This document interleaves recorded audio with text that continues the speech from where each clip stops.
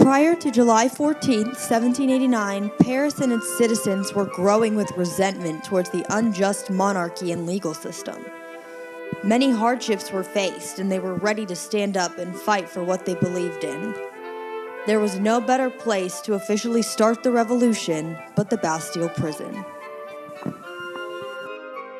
The people of Paris chose the Bastille as the starting point of the revolution for many reasons, but the primary reason seems to be that the people saw this building that sat in the middle of Paris, this huge prison, as the symbol of tyranny and monarchy, especially for the fact that anyone could be imprisoned there simply by a lettre de cachet written out to the nobles, signed by the king.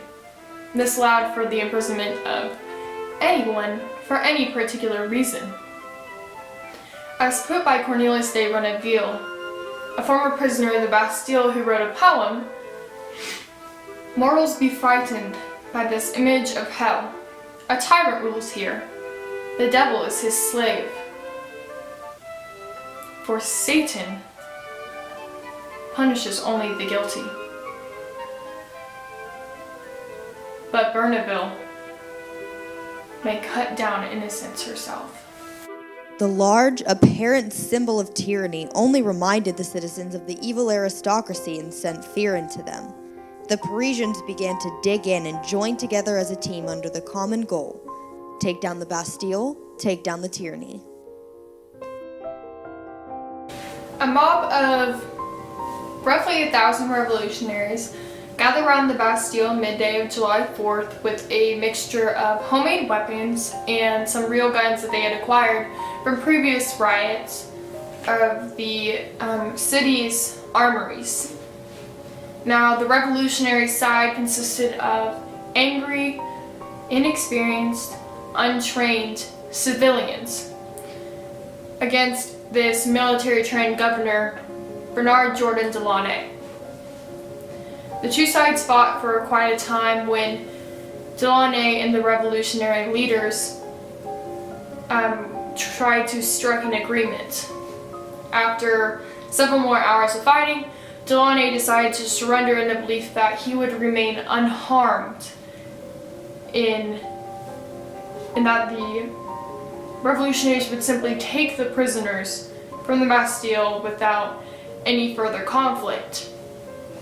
As proof of his wish to surrender, he presented his unloaded cannons to the people in the streets. However, this news of a ceasefire only angered the revolutionary swarm. In return, they decided to storm the Bastille, take the governor and his guards from behind the gate, and behead them, bringing their heads on pikes. The interesting fact about this is that the king had previously decreed that the Bastille would be shut down, although this was unknown to most of France. Perhaps if they've known, this would never occurred, but it seems to be inevitable that this event would happen.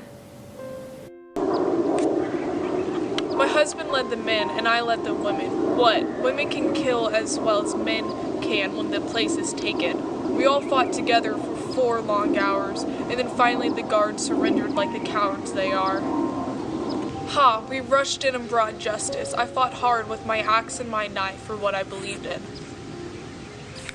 I fought for the people that have suffered for so long. Everyone was getting all fired up. The prisoners, the papers, the secret cells, the instruments of torture, the prisoners, they were all yelling, but we were all fighting for one goal. Me, I was more concerned with the officers and bringing justice to my people. My husband went to a secret cell. That's fine, but I stayed to fight. I stayed calm until my husband came back, and when he did, I stayed close to the governor. I stayed calm, and I stayed close. And then the governor had enough, I suppose, and he dropped dead. I felt suddenly animated. I put my foot upon his neck, and with my cruel knife, long and ready, I hewed off his head.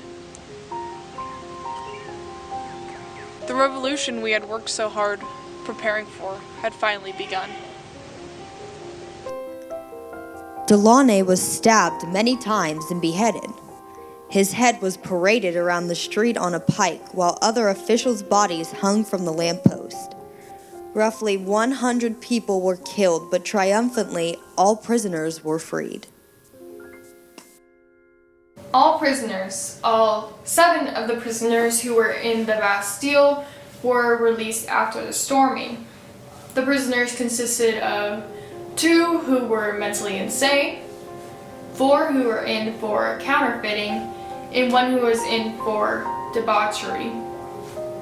One revolutionary had decided to document most of the scenes during the storming and had actually documented the reaction of the prisoners as they exited the Bastille.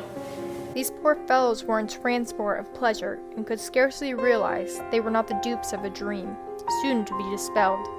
But soon they perceived the dripping head of their tormentor stuck upon a pike, above which was a plaque bearing the words, Delaunay, Governor of the Bastille, disloyal and treacherous enemy of the people.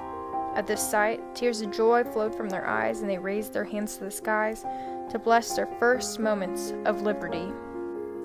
The attack had been a success. The revolution caught fire and spread from Paris to the country. The capture of the prison was a literal victory as well as a symbolic one. The ancient regime was coming down.